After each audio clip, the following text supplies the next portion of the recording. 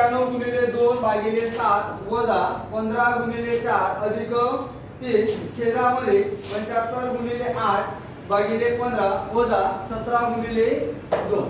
आता बघा ज्यावेळेस आपण काय बघितलं होतं जिथे ब्रॅकेट दिलेलं नसेल तिथे काय करणार सर्वात अगोदर कंस टाकून देणार.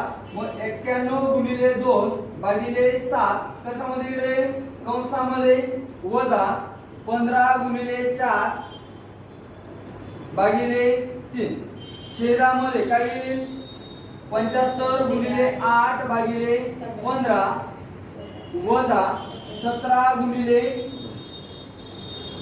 आता 7 आणि 2 ला जातोय का नाही केवळ 3 आणि 4 ला जातोय का नाही. मग आपल्याला मांडणी कशी करावी लागणार आहे याची उभी करावी लागणार आहे.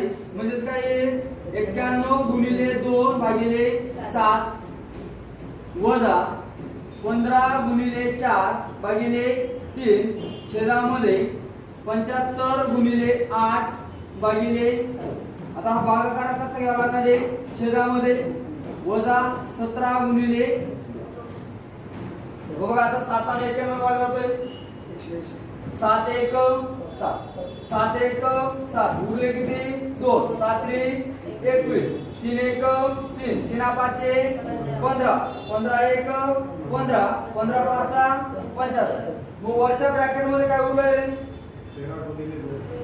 13 गुणिले 2 मग 13 दुनी 26 वजा 5 चौक 20 छेदामध्ये काय 5 8 40 वजा 17 दुनी 34.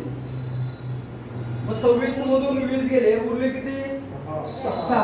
40 मधून 34 गेले 6 6 1 6 6 1 6 म्हणजे उत्तर किती आलं सर्वांचं.